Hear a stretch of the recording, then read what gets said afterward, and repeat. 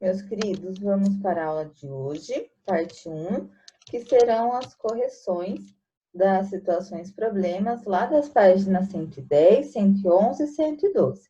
Então, peguem a apostila de vocês, lápis, borracha, o caderno para anotarem as dúvidas, tá? Então, vamos lá. A situação 1, né, dizia assim: pensando de acordo com as regras do sistema de base 60, sexagesimal, você é capaz de descobrir qual é a quantidade que está sendo representada pelos símbolos a seguir? Então, observando esses símbolos, ele pedia para a gente escrever o número que estava representando esses símbolos, tá? O que era importante a gente ver? Os símbolos que estão na primeira posição, né? Que é esse símbolo na horizontal, e o símbolo que está na segunda posição, que são as três cunhas juntinhas, né? Então, isso aqui é importante da gente observar para a gente poder escrever o nosso número, tá? Então, olha só como que vai ficar. Como esse símbolo está na segunda posição, e são três cunhas juntas, significa que é 3 vezes o 60. Então, vocês têm que armar o cálculo aí na apostila de vocês também. Mas, né, porque a gente vai juntar, é uma junção, quando a gente faz junção, a gente usa o sinalzinho de mais, é uma soma. E esse símbolo aqui da horizontal, como ele está na primeira posição, ele vai valer 20, tá? Então, realizando o cálculo, 3 vezes 60 dá 180, 180 mais 20 é igual a 200. Então, esses símbolos aqui está representando o número 200. Vejam se vocês acertaram, faz certinho. Se não, apaguem e façam essas anotações aqui, ó, de primeira posição, segunda posição, para vocês começarem a se situar nesse tipo de exercício com símbolos, tá bom? Agora, no número 2. Represente as quantidades a seguir com símbolos cuneiformes do sistema sexagesimal e justifique os agrupamentos posicionais. Então, olha só, a gente tem o número 194 e o número 3.782 para a gente representar com símbolos. Então, primeiro 194, olha só como ele vai ficar, né? Lembrando da primeira e da segunda posição. Então, eu não tenho o número 100 para representar, né? Como eu posso estar representando? O número 180, né? Porque 180 está mais próximo do 194. Como que eu represento 180? Coloco 3 cunhas aqui na segunda posição, juntinhas, que vai ficar o 3 vezes 60. Mas, tá, 180 para chegar no 194, falta 14. Então, eu vou representar o número 14 aqui com símbolos que vocês poderiam tá olhando lá na página 107, naquele quadro lá de valores e de símbolos, para representar o número 14. Aí a gente vai fazer essa soma. 180 mais 14 é igual a 194, tá? Então, a gente vai representar, assim, o número 194, né? Observando sempre a primeira e a segunda posição nesse caso aqui. Olhem agora o número 3.782. Como a gente vai representar? Olha só. Vai ser uma cunha, aí eu vou dar um espaço, aí eu vou colocar 3 cunhas juntinhas, vou dar outro espaço e vou colocar 2 cunhas aqui no final também, juntinhas, tá? Como que a gente sabe o valor de cada uma dessas cunhas? De acordo com a posição que elas estão. Então, olhem na primeira posição. Se eu tenho 2 cunhas e está na primeira posição, vai valer 2. A segunda posição, tenho 3 cunhas juntinhas, então vai representar 3 vezes 60. 3 vezes 60, né? Cada uma vale 60, se eu tenho 3. 3 vezes 60, 180. E a primeira cunha aqui, que está na terceira posição, né? Lembrando que a gente sempre olha da direita para a esquerda para saber as posições. Eu tenho uma cunha só. E quando tem uma cunha só, é igual a 60 vezes 60. E 60 vezes 60 é igual a 3.600. Olha só como vai ficar o número 3.782, então, né? A gente vai pegar o 3.600 mais 180, que vai dar 3.780. e mais o 2, 3.782, tá bom? Olha que interessante, né? Com apenas um símbolo, mas dependendo da posição que ele está, a gente consegue representar esse baita número, né? O número 3.782 é um número grande, tá certo? Ah lá, tá bom? Agora, pessoal, lá na página 111 tem a ampliação dos saberes, que também é desse conteúdo. E no número 1, pedia para vocês representarem as quantidades abaixo com a numeração do sistema sexagesimal.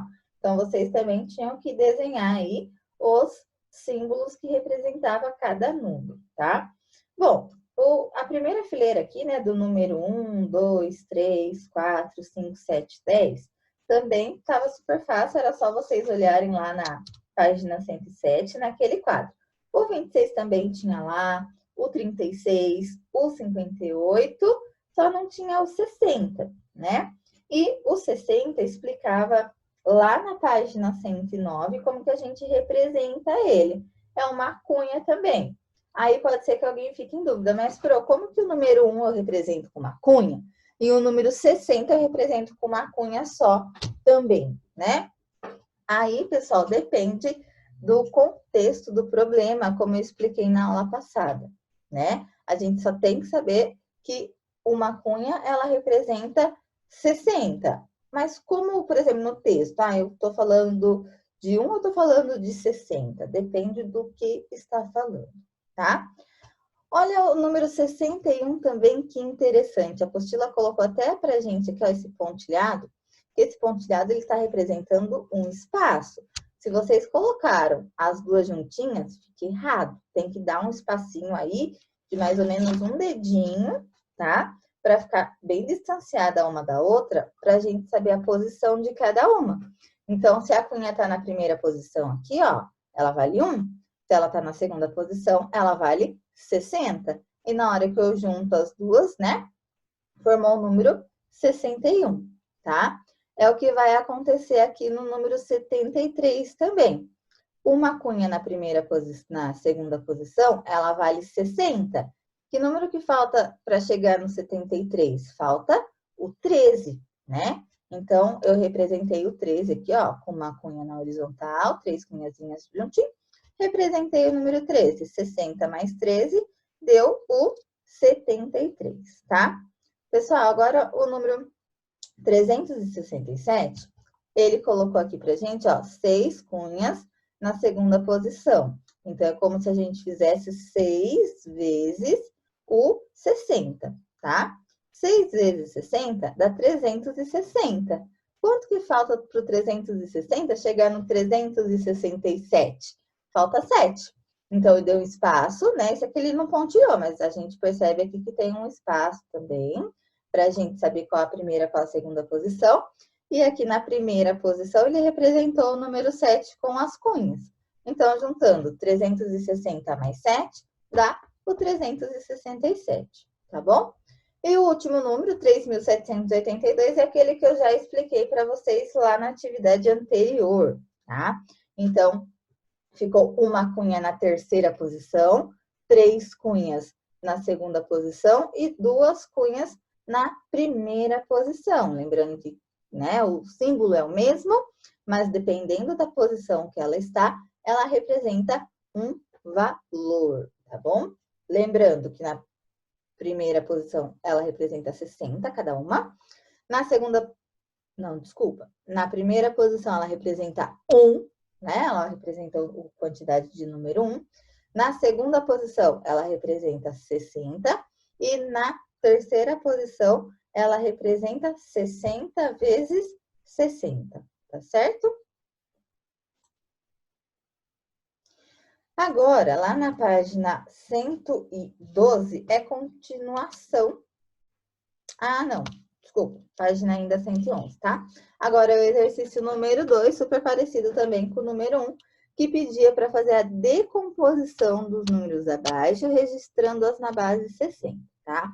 Então, ele até deu um exemplo para vocês aí do número 72.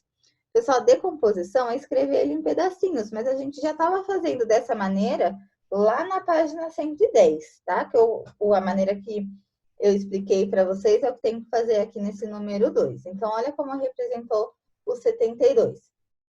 Uma cunha na segunda posição e representou o número 12 aqui na primeira posição, com 2 cunhas e o símbolo na horizontal. Então, ficou 1 vezes 60 mais 12. Quando a gente faz a soma, 60 mais 12 vai dar o 72, tá?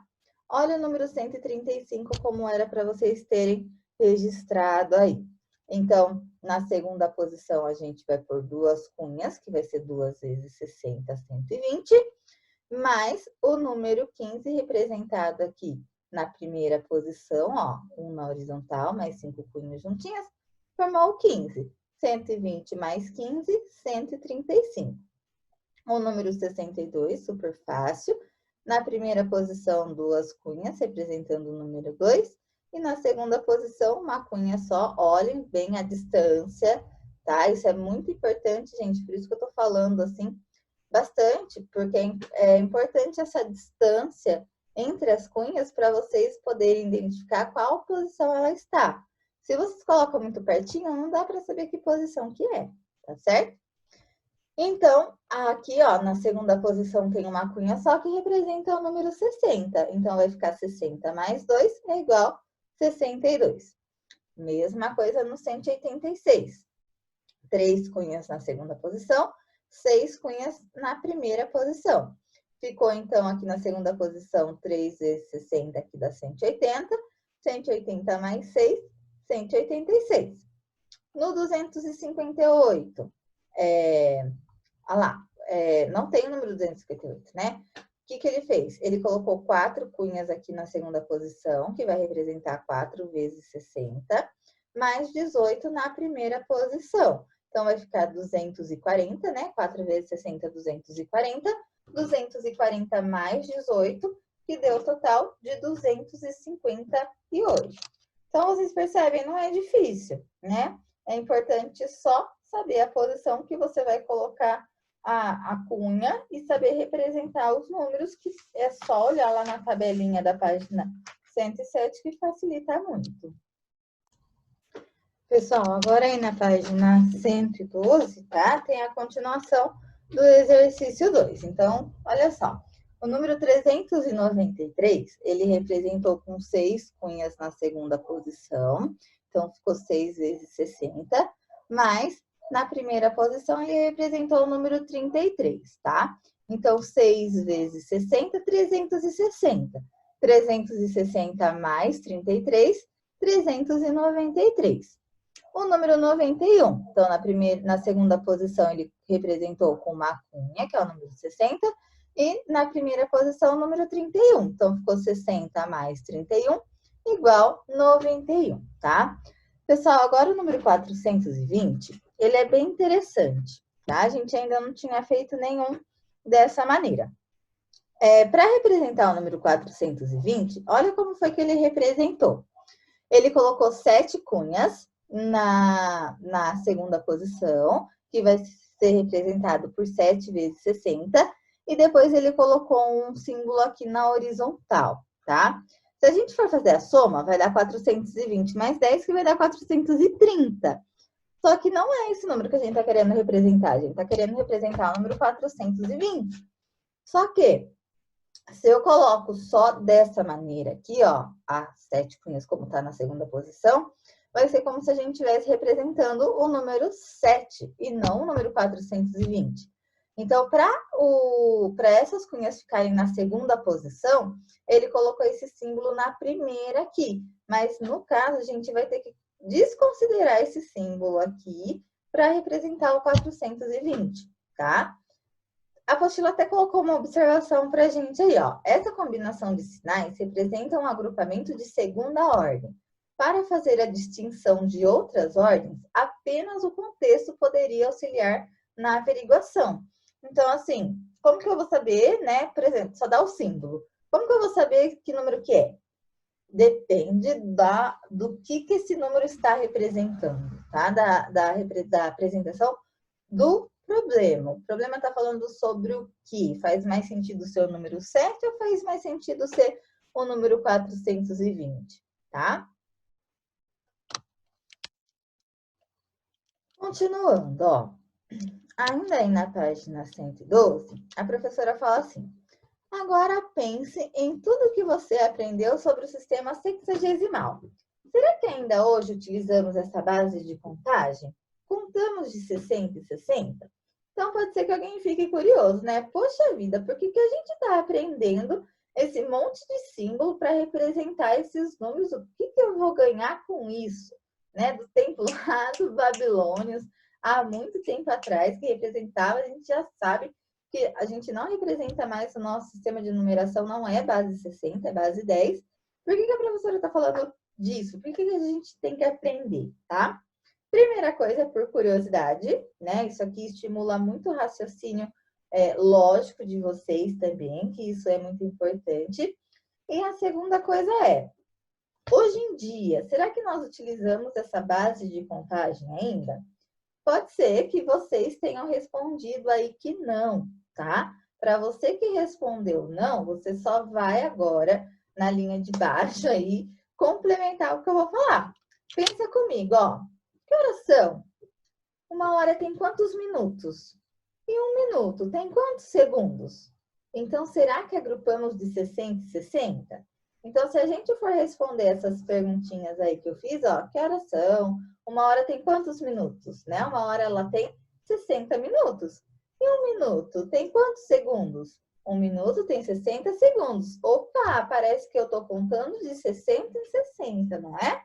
Então, pessoal, sim, aonde que a gente usa a contagem de 60 e 60 no nosso dia a dia? Para medir o tempo, tá? Para medir as horas, os minutos, os segundos, na base sexagesimal. E vocês já fazem isso, né? Já estão acostumados e nem faziam ideia que tinha a ver com os babilônios, tá certo? Então, se você respondeu não nessa pergunta, acrescenta aí, né, essa observação que nós usamos, sim, nós usamos para medir o tempo, tá bom? E só para encerrar agora, né, a professora diz aí, ó, em 1800 a.C., os babilônios habitantes do Oriente Médio já tinham desenvolvido o mais antigo sistema numérico de que temos notícia. Então, esse sistema aí dos símbolos, ele é o mais antigo já conhecido, tá? Usando apenas esses dois símbolos, a cunha e o símbolo lá na horizontal. É possível que o uso de frações sexagesimais pelos babilônios tenha sido transferido para a Grécia e posteriormente para a Europa, principalmente no modo de medir o tempo, como eu falei para vocês. 1 hora tem 60 minutos, cada minuto tem 60 segundos.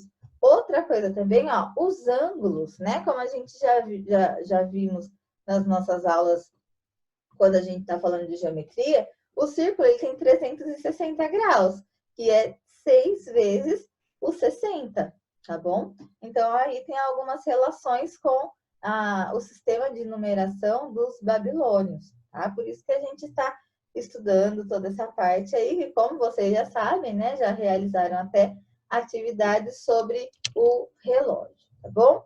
Pessoal, então, essa foi a nossa correção desses exercícios. Façam, corrijam, anotem as dúvidas para a gente poder conversar na nossa aula online, tá bom? Até lá!